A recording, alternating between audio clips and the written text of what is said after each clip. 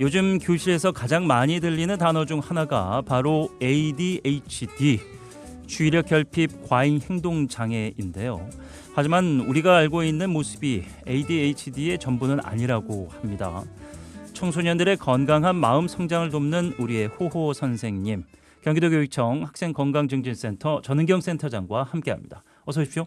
네, 안녕하세요. 네, 새해 인사한 지가 엊그제 같은데 네. 벌써 2월이 되었네요. 그래서 너무 반갑고 네. 또 오늘 아침 눈이 많이 왔는데 또 출근하면서 미끄럽지만 또 설레는 마음으로 또 앵커님 본다라는 아유, 생각으로 고맙습니다. 네, 즐겁게 왔습니다. 네. 그리고 또 개학이 또 다가오고 또 방학 동안 지금 잘 아이들 네. 얘들아 잘 있니? 방학 동안 아니 아이들이 그 혹시 보이는 라디오로 뭐 네. 보기도 하겠죠? 모르겠어요. 우리 선생님들은 또 많이 보신대요? 보면서 또 얘기 듣고 또 저한테 피드백을 좀 해주시더라고요. 그리고 아니 그래서 그런가요? 네. 오늘 좀 뭔가 달라 보이셔서 저요 뭐가 다를까요? 헤어스타일도 조금 달라신 것 같고 그 옷이랑 입술이랑 이렇게 잘 아 그래요? 준비하셔갖고 오신 것 같은 느낌인데. 네. 네 그렇게 얘기해 주셔서 감사합니다. 아니, 동료분들이 이제 여성분들이 많으실 네. 거 아니에요. 그렇죠. 그러니까 예. 그렇다 보니까 뭐 이거 해라 저거 해라 이런 말씀은 안 하세요. 이게 물론 팁은 아닙니다만 여하튼 이제 뭐 그 보이는 라디오를 모르는 분들이 되게 많더라고요. 아. 그래서 처음에는 링크를 해가지고 이제 뭐 이렇게 보내주고 네.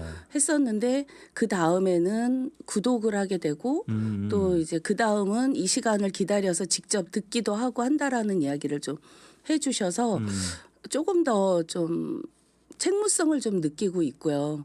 말씀대로 입술을 조금 더 빨갛게 바르고 와야 되지 않을까 그 생각도 예, 했습니다. 오늘 그래서 색깔이 좀 달라지셨길래 제가 여쭤봤습니다. 좀 화사하게. 네. 네. 항상 그렇지만 감사합니다. 네. 네. 아주 고즈너스하고 네. 아름다우십니다. 네.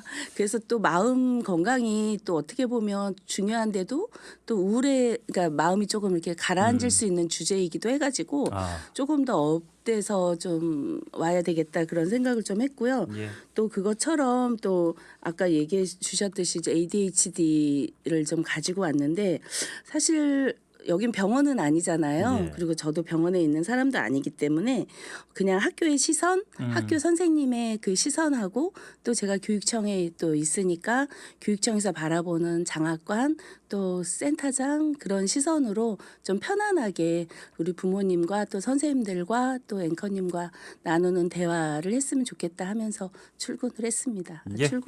네. 출근하신 거죠 오늘. 자, 주의력 결핍 과잉 행동 장애 ADHD 관련해서 궁금한 점 있으시면 단문 50원, 장문 100원이 되는 샵 0999번으로 문자 보내주시면 되겠습니다. 전은경 센터장께서 함께 좋은 고민 또 해법 나눠 주시겠습니다. 자, 뭐 사실 저는 좀 익숙하긴 해요. 왜냐하면 그 제 조카 첫째도 살짝 그 어릴 때 이런 모습이 있었고 또 이모의 아들이 어릴 때 정말 장난 아니었거든요. 정말 명절에 한번 보면은 와, 저 집은 어떻게 매일 살까? 명절에 한 번 보는데도 저 정도면 평소에 삶이 어떨까? 막 그럴 정도로 한동안 엄청 심했었는데 물론 지금은 이제 다들 정상적인 삶을 돌아와서 자기 생활 잘 이어가고 있습니다. 네. 그런 그 편견일 수도 있고 선입견일 수도 있는데 많은 분들이 막 교실 뛰어다니고 산만하고 뜬금없이 소리치고 뭐 이런 걸 떠올리는데 안 그런 모습들도 많이 보인다고요? 네. 우리가 보통 흔히 생각하는 지금 말씀대로 뭐 ADHD라고 하면 뛰어다니고 또 산만하고 말 안 듣고 자기 생각대로만 막 가고 그런 아이들만 생각하는데 네. 그렇지 않고 이제 조용한 가운데에서 왠지 모범생인 것 같이 보이긴 하는데 그 안에서는 또 그 아이 머릿속은 또 다른 생각으로 가득 차 있고 또 집중하지 못하고 그런 조용한 경우도 있어요. 그럼 또 그래서 발견하기가 쉽지 않겠네요. 맞아요. 발견하기 쉽지 않고 또 우리가 아까 말씀대로 막 뛰어다니고 하는 아이들은 이제 남자애들이 좀 주로 그 성향상 좀 많잖아요. 네. 그래서 ADHD는 남성에서 조금 더 많다라는 이야기를 하는 게 그게 꼭 뭐 의학적인 것도 있겠지만 우리가 흔히 봤을 때 그런 증상을 봤을 때 또 더 활발하게 막 하는 아이들을 먼저 이렇게 발견하게 되잖아요. 그래서 남자 아이들이 더 많다라고 이렇게 느껴지게 됩니다. 그리고 저는 근본적으로 아이들은 뛰는 게 맞다라고 생각을 하고요. 네. 오히려 조용한 아이보다는 뛰는 아이가 더 건강하다고 생각은 들어서 막 저희 아이도 어렸을 때 막 뛰어다녔거든요. 그래도 지금 또 잘 또 조용하게 또 바뀌어서 네. 또 성인이 되었고 또 아마 다른 모든 아이들이 어렸을 때 막 뛰어다니고 막 이렇게 놀고 하는 게 거의 정상이라고 생각해 맞습니다. 주셔야 될 것 네. 같습니다. 저희 네. 조카 지금 군대 가 있다고 말씀드렸잖아요. 네. 그 추울 때 이제 지난달 군대 갔는데 벌써 다다음 주 수료식 하는데 너무 모범 훈련생이라 뭐 1, 2등을 다툰대요. 네. 그래서 제가 정말인지 체크해 보라고. 요즘에는 거의 2, 3일에 걸려 한 번씩 전화를 해오더라고요. 훈련소에서도 이제 군대가 많이 좋아져서. 너무 좋아졌죠. 예, 정말 네. 많이 좋아졌어요. 그래도 어머님들은 군대 가려면 막 울고 하더라고요. 아직도. 그러니까요. 네. 예. 근데 저도 그럴 것 같아요. 네. 언제쯤 갈 것 같습니까? 어디를요? 군대 만약 뭐 아들분의 군대 전 보내 딸밖에 아들님이 없는데. 그러니까요. 네. 있으면은 그러실 것 같다. 네네네. 그래도 마음이 안 좋긴 할 것 같아요. 다들 저희 주변에도 요즘은 이제 군대 가면 다들 휴가 내고 같이 따라갔다 오더라고요. 부모님들이. 맞습니다. 예, 그러면 갔다 오면 마음이 안 좋다. 그러고 네. 좀 지나면 군대 많이 좋아졌어요. 전화도 오고 막 그러더라고요. 근데 그 얘기를 제일 싫어한대요. 군대 많이 좋아서 가는 사람은 그것도 네. 힘든 거야. 왜냐면 오늘 평생 한 번이니까요. 또 눈 왔으니까 또 고생할 것 네. 같고 군대에 있는 우리 자녀들 또 군인 분들 화이팅. 네. 네, 네, 오늘 화이팅. 고생할 것 같습니다. 눈치운이라고. 자, 학교 안에서 그렇다면은 평소에는 좀 활발하고 정상적인 그런 어떤 그 또래 모습처럼 보였다가 갑자기 조용해진다든지 아니면은 원래부터 좀 그런 성향을 보였던 아이가 있다든지 그 친구들만 두고 ADHD를 어떻게 판단해내기가 쉽지 않을 것 같은데. 네, 학교에서는 뭐 진단을 하거나 뭐 그러진 이렇게 예, 그렇게 하지는 않아요. 그냥 그 행동을 보고 느끼고 관찰하면서 아, 이 아이가 한번 병원에 한번 가보면 어떨까? 또 전문가의 그 도움을 좀 받고 정확한 상황을 좀 알면 어떨까라고 이렇게 그렇게 발견이 될 때 부모님하고 이제 이야기를 좀 하기도 하고 실제로 이렇게 얘기를 나눠보니까. 그렇죠. 예. 그렇게 이제 계속 한 번 해가지고는 부모님께 이야기를 하지는 않고요. 예. 왜냐하면은 아이의 상황이 이렇게 명랑하거나 또 집중력을 하지 못하거나 그런 상황을 부모님께 이야기하기가 쉽지가 않습니다. 왜냐하면 부모님들도 그러한 상황에 대해서 받아들이는 게 또 충격으로 받아들일 수도 있고 해서 그래서 그렇기 때문에 학교에서는 계속 지켜보다가 또 부모님도 또 알고 계세요. 근데 그러다가 이제 이야기가 되는데요.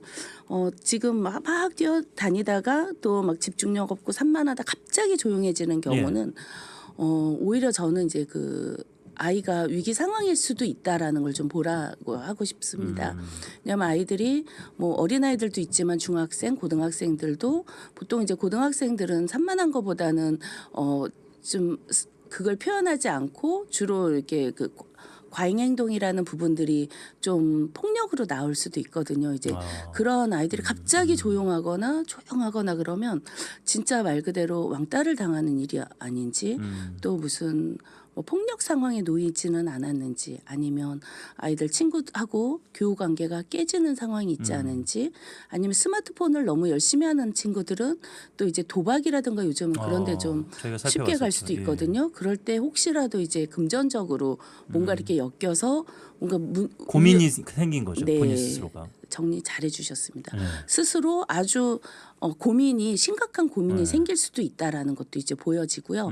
또 그 외에 그렇지 않고 조용해졌다라고 하면 그 아이는 지금 마음이 지금 도와주세요 하는 상황입니다. 그래서 그렇게 좀 캐치해 주시면 좋을 것 같고요. 그럴 때는 그냥 요즘 무슨 일이 있니? 고민되니? 밝은 얼굴이 요즘 조금 조용해졌네. 내가 항상 널 도와줄 거니까 고민 있으면 꼭 얘기해. 선생님한테 얘기해. 엄마한테 얘기해. 아빠한테 얘기해. 그 얘기를 아이들이 안 듣는다라고 생각해도 그냥 계속해서 이야기를 해주시면 좋습니다. 네. 누군가 나를 도와줄 수 있는 사람이 있다라고 생각하는 거와 이거는 어떻게든 내가 해결해야 돼라는 부담을 갖는 건 완전 다른 문제니까 네. 견딜 수 없으면 도와달라고 무조건 얘기하라. 그러면 도와줄 수 있다는 믿음을 주면 되겠죠. 네, 맞습니다. 그럼 반대로 평소에 너무 이 부산 아이들인 경우 이게 정말 고또래 남성 아이들의 특징인 그런 에너지 넘침인지 아니면은 그냥 정말로 스스로가 어떤 조절할 수 없는 그 단계로 넘어가고 있는 건지 네, 네. 이거를 현장에서 어떻게 볼 수 있을까요? 음, 아까 말씀드렸듯이 아이들은 끊임없이 뛰고 활발하게 하고 예. 그리고 제잘거리고 그렇죠. 그런 게 더 이게 좀 좋아 아이들이라고 지극히 이야기를 자연스러운 했잖아요. 거죠. 예, 자연스럽고 그런데 그 차이가 어떻게 느끼시면 되냐면요. 예. 조절을 할 수 있느냐, 조절할 수 없느냐로 구분하시면 됩니다.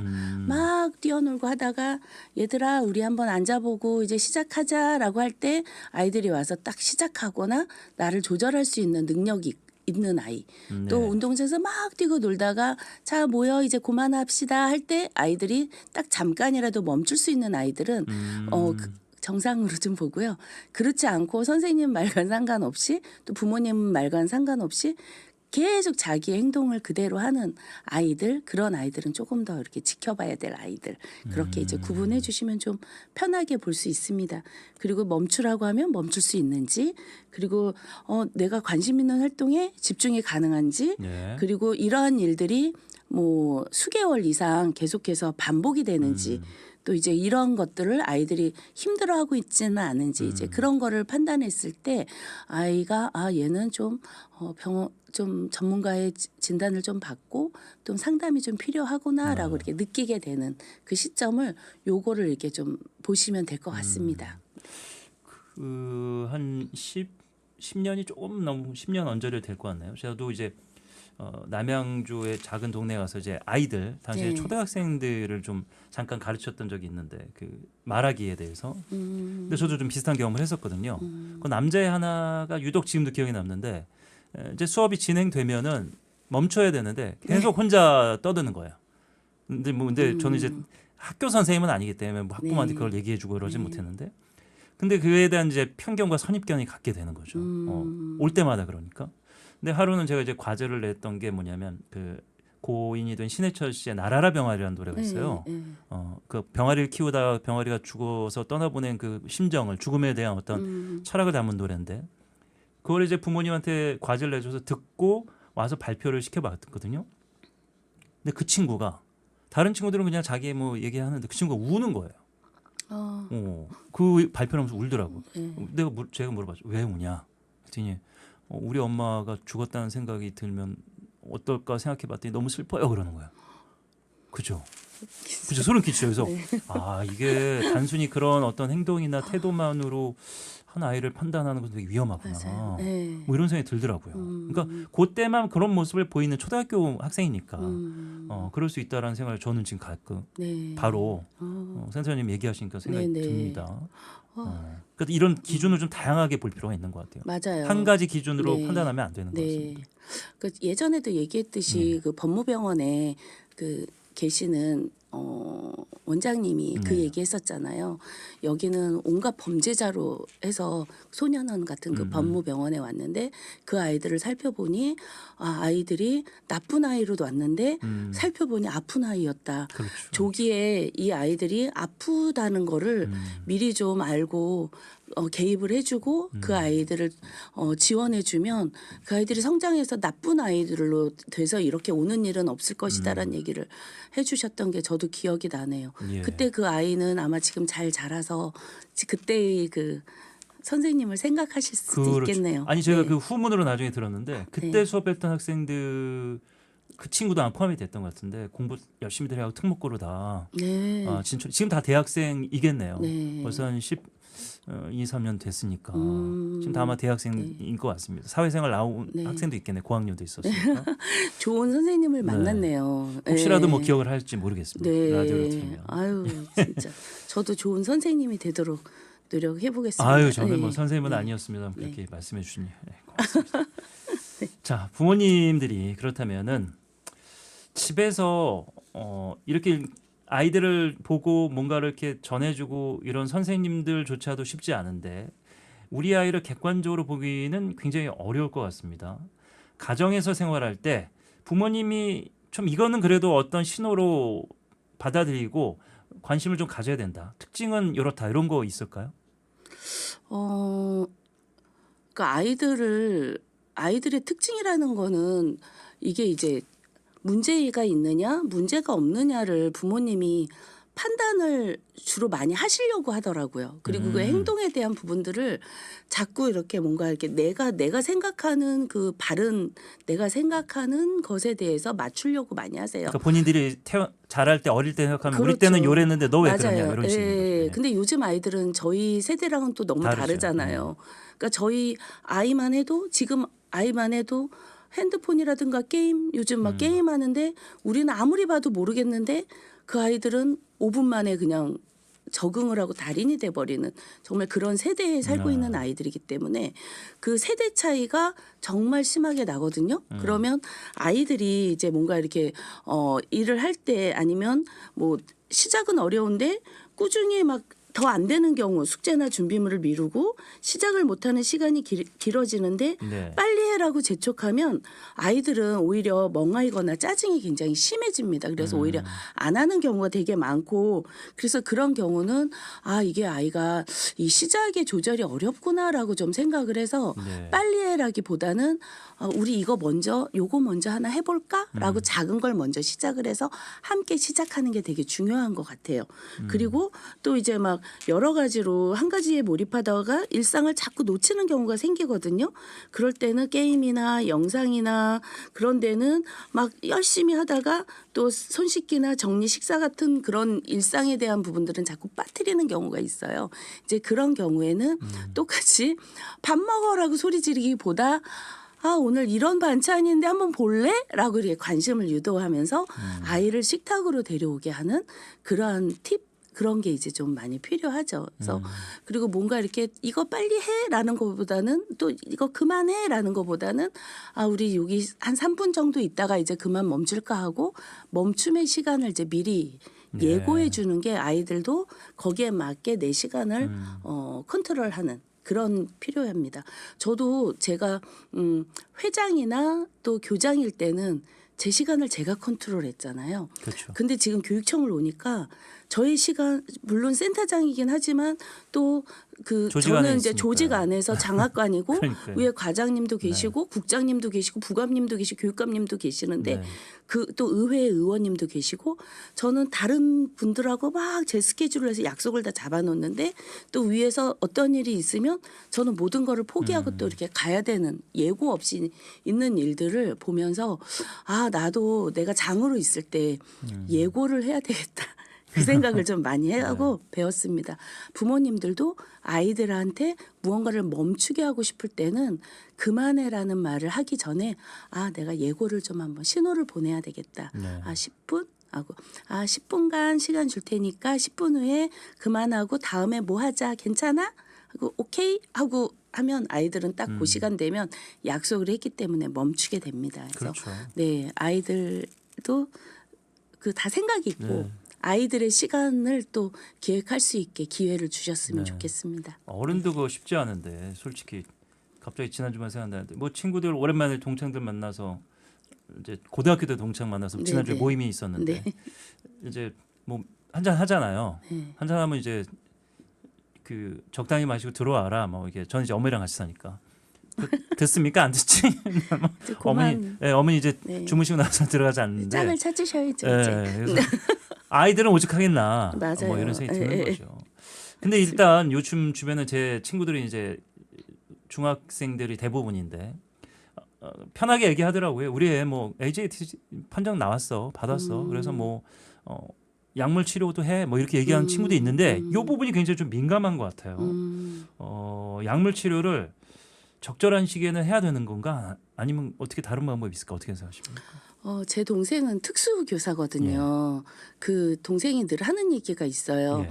그러니까 예전에 저희가 그 부모님이 이제 김치를 담아주면 저는 그 저의 그 제자 지난번 얘기했던 예. 그 제자네 집에 김치를 담아주고 제 동생은 소년원에 자기 제자네 집 김치를 갖다 줬어요. 아, 그러니까 그게 그 아이가 뭐 이렇게 그 품행장애라던가 뭐 그런 아이들은 약간 이제 좀 범죄로 이렇게 가기가 쉽거든요. 그래서 언니 초등학교 때 아이들이 처음 진단을 받았을 때 약을 잘 먹여서 잘 관리하는 게 제일 중요해요. 초반에 잡아줘야 된다. 네, 이런 그걸 의견인 놓치면 거죠. 고등학교에 오면 그 아이들은 범죄자로 갈 확률이 높기 때문에 초등학교 시절이 굉장히 중요해. 그걸 꼭 알려줬으면 좋겠어라는 얘기를 많이 하더라고요. 예.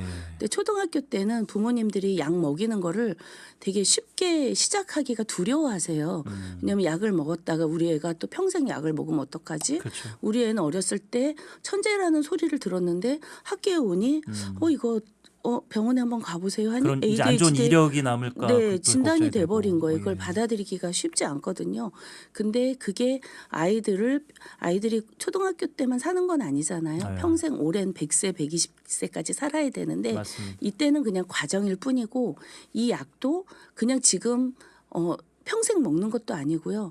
잘 조절해 가면서 약을 줄여갈 수도 있고 또 약을 또 가다가 또 호전돼서 아까 그 조카도 어렸을 땐 그랬지만 또 괜찮잖아요. 완전히 젠틀해져서 지금 네. 뭐 가장으로 아주 잘 살고 있습니다. 대부분이 아이들이 많이 그렇게 네. 된다라고 생각하시면 되고요. 네. 그렇기 때문에 두려워하지 마시고 예. 또 불편한 점이 있으시면 학교에 상의를 하시고 도움을 받고. 또 보건실은 항상 문이 열려 있고 하기 때문에 도움을 받으셨으면 좋겠습니다. 혼자 하려고 하시지 마시고 네. 예, 이렇게 공조를 해야 되는데 결국에는 그런 행동을 보였던 아이들이 계속 그 상태를 벗어나지 못하고 자기가 하는 행동의 문제점을 스스로 인식하지 못하면 말씀하신 대로 이제 고등학교 정도 되면 그게 이제 잘못된 어떤 행동으로 외부로 발현이 되니까 타인에 대해서 네. 그게 두려운 거죠. 그렇다면은 약물 치료를 시작했을 때 학교 생활이나 뭐 학습 정서면으로 어떤 긍정적인 면을 좀 볼 수 있을지.